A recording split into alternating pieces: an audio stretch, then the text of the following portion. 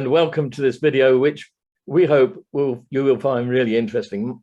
My name is Barry Osborne, and I'm the CEO of Rural Mission Solutions, and we exist to help rural churches in particular become increasingly missional as we have opportunities to share the gospel and do the works of Jesus. So we hope this will help you. We're going to be looking at the autumn months and things that we can do and simple things that we can do. So with me is Gordon Banks.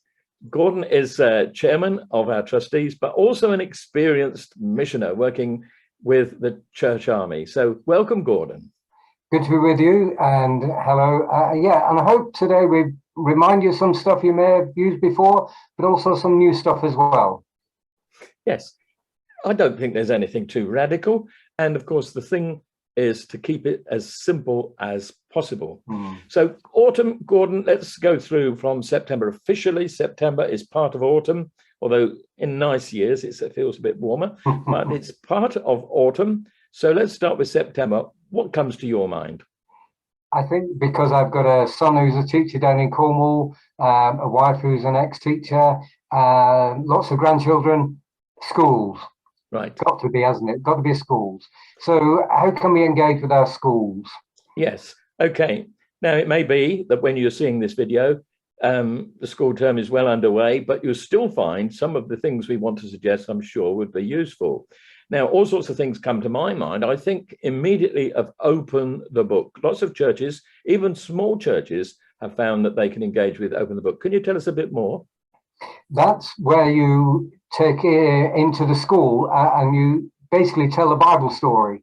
But you don't have to kind of dream it all up, because the Bible Society who operate Open the Book will give you lots of material, lots of help.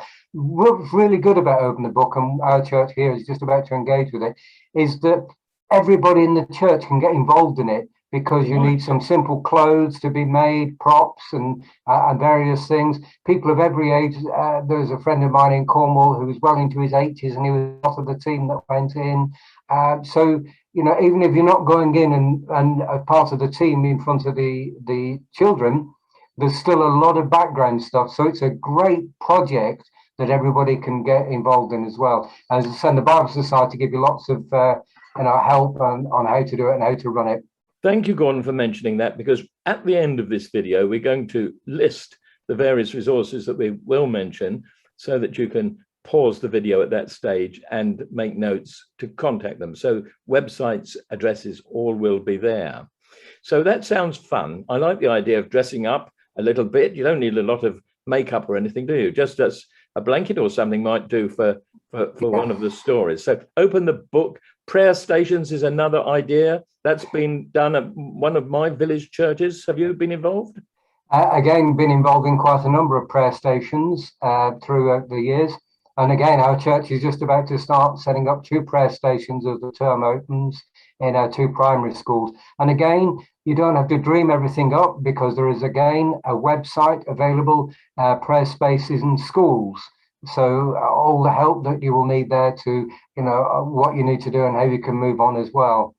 And you were saying earlier, Barry, that it's good if you can actually maybe take that on rather than just doing it for a short period.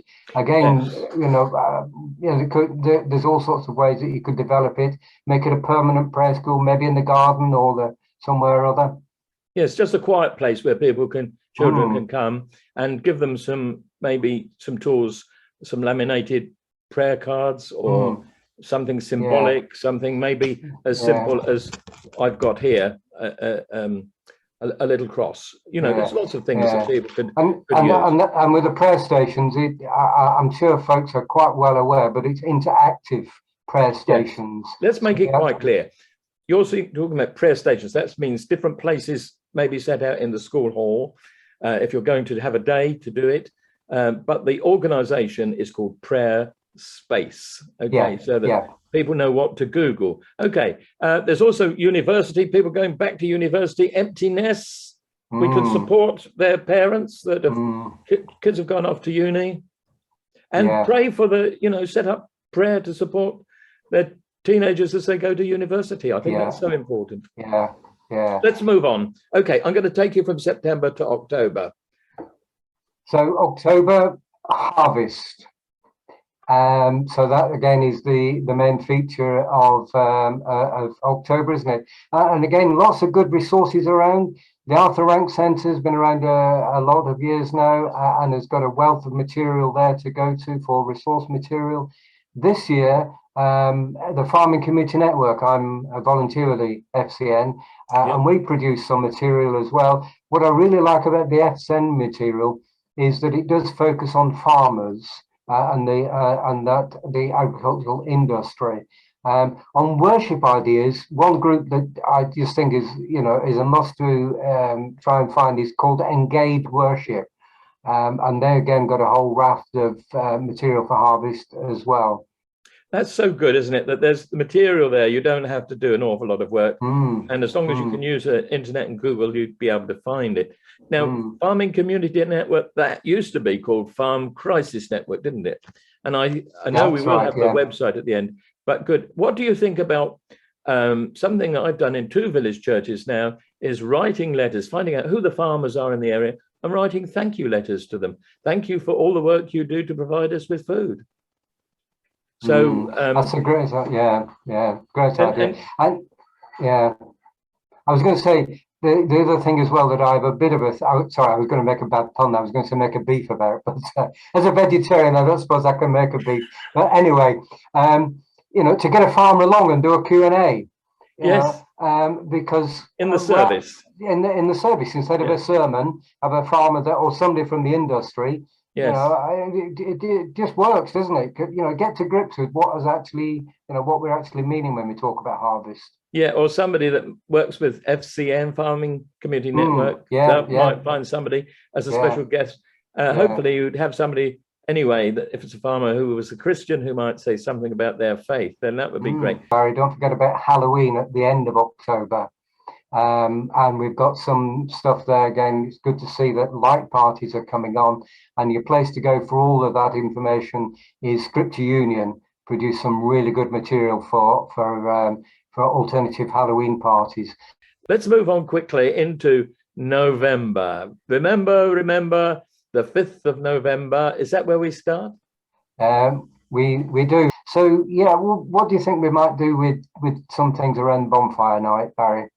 Well, I see it as an opportunity to engage with your community, because usually, especially in a rural area, there's likely to be a village bonfire, and there may be a bonfire society, or it may be the local authority that deal with it.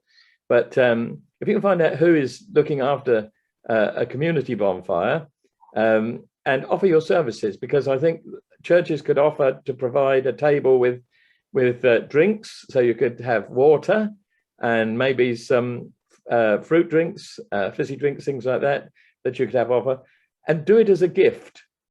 Don't charge for it, and maybe you could have ice cream if you've got a good enough insulated box or bag, and or even if you could set up a barbecue at the same time if they haven't got one. Get some men in the village to do some work with you, and offer bacon burgers and veggie burgers as well. Thank you, Barry. Okay, what else have we got in November? Well, the other big thing comes in November, of course, in November the 11th. But I've made a bit of a plea, because we've been through a most horrendous couple of years, and we've all seen loss of businesses, loss of dear friends and families, so much loss. And one of the areas that the church has not been very good at is lamentation. But it's a strong biblical principle. And again, our friends from the Engage Worship have got material there about how to offer lamentation. So there's another little charity as well that run a particular Sunday called Road Peace, and that's for people being killed injured in road traffic accidents as well. So maybe that you spend time in the whole of November kind of reflecting and sitting with people, invite people in who have lost businesses or whatever, to try and engage with something about the whole business of remembrance as well. I just thought of something that is a really good idea that my church actually did. It had steps leading up to the main doors, and we provided jam jars for people, or they could use their own, decorate them, put the name of their loved one that they've lost during this time. It doesn't have to be someone immediately local or somebody that they're remembering, as you're saying at this time, decorate it, put the name on, and then the church provided tea lights. So we bought a bag full of tea lights. They get used up at Christmas anyway, so ever so easy to use them. And we had a display. So we got people to come at a certain time. At a certain time, we left the lights on the steps outside the church.